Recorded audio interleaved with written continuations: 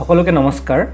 আজি আমি শিকিম কেনেকৈ এটা নতুন ইউটিউব চেনেলৰ নাম চেঞ্জ কৰে আৰু চেনেল আইকন কেনেকৈ চেঞ্জ কৰে। তাৰ কাৰণে আপুনি প্ৰথমতে আপোনাৰ যেটো চেনেল হয় সেই চেনেলৰ হোম পেজলৈ আহি যাওক। তাত প্ৰথমতে আপুনি এই চেনেল আৰ্ট আপলোড কৰিব লাগিব। চেনেল আৰ্ট এখনক কয়। এইখন কেনেকৈ আপলোড কৰে মই ইয়াৰ আগৰ ভিডিঅ'টো দেখাইছিলোঁ। আপুনি যদি জানিব বিচাৰিছে গৈ চাব পাৰে। আজি আমি শিকাম কেনেকৈ চেনেলৰ নাম চেঞ্জ কৰে আৰু চেনেল আইকন কেনেকৈ চেঞ্জ কৰে।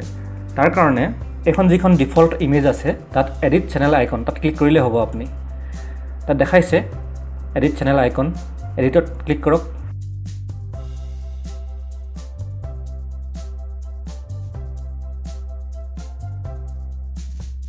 ইয়াত এতিয়া আপলোড ফটো দেখাইছে। আপলোড ফটো ক্লিক কৰক।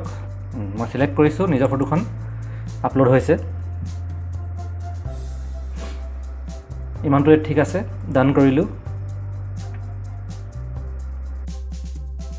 ফটোখন আপলোড হৈ গ'ল।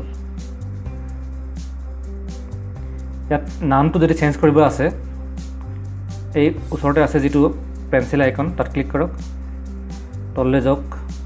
এতিয়া মোক লাগে টেকনিকেল ভাৰ্গৱ আছাম, তেতিয়াহ'লে সেইকাৰণে ইয়াত লাষ্টত মই আছাম লিখি দিম।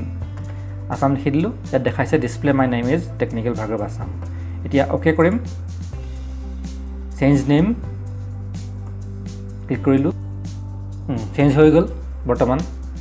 এতিয়া ইয়াত যদি গুগল প্লাছত চেঞ্জ কৰিছোঁ ইউটিউবতো চেঞ্জ হ'ব লাগে। ইউটিউবত চাওঁ চেঞ্জ হৈছে নাই। ইউটিউবত ইয়াতো চেঞ্জ হৈ গ'ল। তেনেহ'লে যিখন চেনেল আইকন সেইখন চেঞ্জ কৰিবলৈ আপুনি ইয়াত ক্লিক কৰিলেই হয়। ফটোখনৰ ওপৰত ইয়াত ক্লিক কৰিলে আপুনি গুগল প্লাছলৈ গুচি যাব।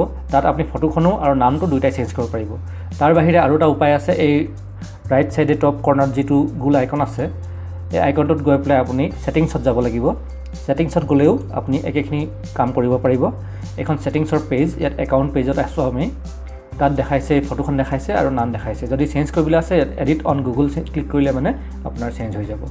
তেতিয়াহ'লে আজি আপুনি শিকিলে কেনেকৈ চেনেল আইকন চেঞ্জ কৰে আৰু কেনেকৈ চেনেলৰ নাম চেঞ্জ কৰে।